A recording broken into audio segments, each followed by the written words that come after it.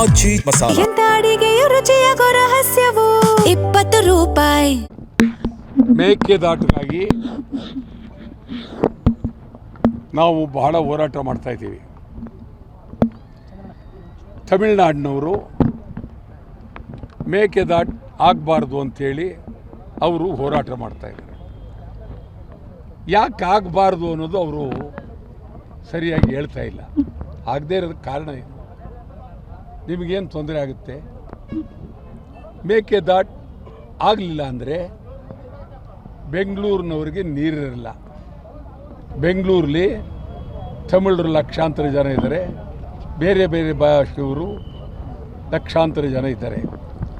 ಬೆಂಗಳೂರು ಜನಕ್ಕೆ ನಾನು ಅತ್ಯಂತ ಗಂಭೀರವಾಗಿ ಹೇಳ್ತಾ ಇದ್ದೀನಿ, ನೀವು ಇದನ್ನು ಸುಲಭವಾಗಿ ತೀರ್ಮಾನ ತಗೊಳ್ಬೇಡಿ. ನಾಳೆ ಮೇಕೆದಾಟು ಆಗದೆ ನಿಮ್ಗೆ ಕುಡಿಯೋಕ್ಕೆ ನೀರಿಲ್ಲ, ಏನು ಮಾಡ್ತೀರಿ ಬೆಂಗಳೂರಿನವರು? ಯಾರಿಗೋಸ್ಕರ ಹೋರಾಟ ಇದು?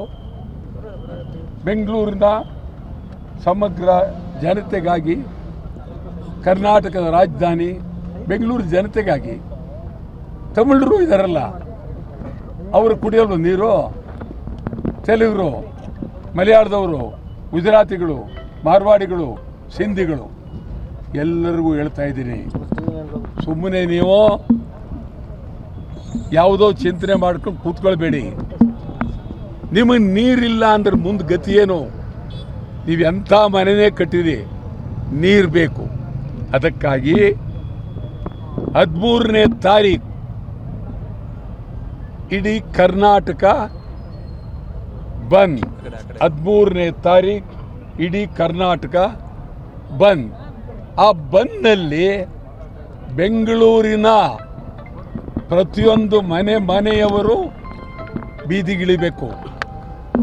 ನಿಮ್ಮ ಮನೆಯಲ್ಲಿ ದೇವರಿಗೆ ಹರಕೆ ಹಾಕಬೇಕು. ಪ್ರತಿ ಮನೆಯವರು ಈಡ್ಗಾಯಿ ಹೊಡಿಬೇಕು. ಬಂದ್ ಯಶಸ್ವಿ ಆಗಲಿ ಅಂತ ಹೇಳಿ. ತಮಿಳುನಾಡಿನವರು ನಾವೇನು ಕಾಲು ಕೆರೆದು ಕೂತಿಲ್ಲ. ತಮಿಳುನಾಡಿನವರು ಉದ್ದೇಶಪೂರ್ವಕವಾಗಿ ನಮ್ಮ ಮೇಲೆ ಬಹಳ ಕೆಟ್ಟ ಚಿಂತನೆ ಮಾಡ್ತಾ ಇದ್ದಾರೆ.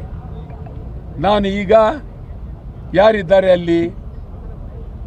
ವಿಜಯ್ ಮುಖ್ಯಮಂತ್ರಿ, ಅವ್ರನ್ನ ಹೇಳ್ತೀನಿ, ರಾಜಕೀಯ ಮಾಡಬೇಡಿ. ಮೇಕೆದಾಟು ಆಗೋದ್ರಿಂದ ನಿಮಗೇನು ತೊಂದರೆ ಇಲ್ಲ. ವಿದ್ಯುತ್ ಶಕ್ತಿ ತಯಾರಾಗುತ್ತೆ. ವಿದ್ಯುತ್ ಶಕ್ತಿ ಅಂತಂದರೆ ರೋಲ್, ನೀರು ಅದ್ರ ಮೇಲೆ ಹೋಗಿ ಉರುಳೋದು. ಆ ನೀರು ಎಲ್ಲಿಗೆ ಹೋಗುತ್ತೆ? ಮತ್ತೆ ತಮಿಳ್ನಾಡಿಗೆ ಹೋಗಬೇಕು. ಹೋಗುವಾಗ ಬೆಂಗಳೂರು ಕುಡಿಯೋ ನೀರು ಕೊಡ್ತೀವಿ, ಇಡೀ ನೀರೆಲ್ಲ ತಮಿಳ್ನಾಡಿಗೆ ಹೋಗುತ್ತೆ. ನೀವು ಕೆಳಗಡೆ ಇರ್ತಕ್ಕಂಥವ್ರು, ನಾವು ಡ್ಯಾಮ್ ಕಟ್ಟಿರೋದು ನಮಗೋಸ್ಕರ. ಕಾವೇರಿ ಜಲಾಶಯ ನಮಗೆ ಆಶ್ರಯ, ಕುಡಿಯೋ ನೀರಿಗೆ, ವ್ಯವಸಾಯಕ್ಕೆ, ಎಲ್ಲಕ್ಕೂ. ನಿಮ್ಮಲ್ಲಿ ಕಟ್ಟಿರ್ತಕ್ಕಂಥ ಎಲ್ಲ ಜಲಾಶಯಗಳು ಸಂಪೂರ್ಣವಾಗಿ ಭಾರಿ ಭಾರಿ ಜಲಾಶಯ ಕಟ್ಕೊಂಡಿದ್ದೀರಿ. ಮಳೆ ಬಂದಾಗ ನಿಮ್ಗೆ ಹೇಳ್ತೀನಿ, ಎಲ್ಲ ಒಂದು ದಿನದಲ್ಲಿ ತುಂಬೋಗುತ್ತೆ. ಆದರೆ ನೀವು ತುಂಬಕ್ಕೆ ತಯಾರಾಗಿಲ್ಲ. ನೀವು ಜಗಳಕ್ಕೆ ನಿಂತಿದ್ದೀರಿ, ಒಳ್ಳೆಯದಲ್ಲ. ನಾನು ಹೇಳ್ತೀನಿ ಬೆಂಗಳೂರಲ್ಲಿರೋ ಮದ್ರಾಸ್ನವ್ರಿಗೆ, ನೀವು ನಿಮ್ಮ ಮುಖ್ಯಮಂತ್ರಿಗೆ ಪತ್ರ ಬರೀರಿ, ಗಂಭೀರವಾಗಿ ಮೇಕೆದಾಟನ್ನ ಒಪ್ಕೊಳ್ಳಿ ಅಂತ.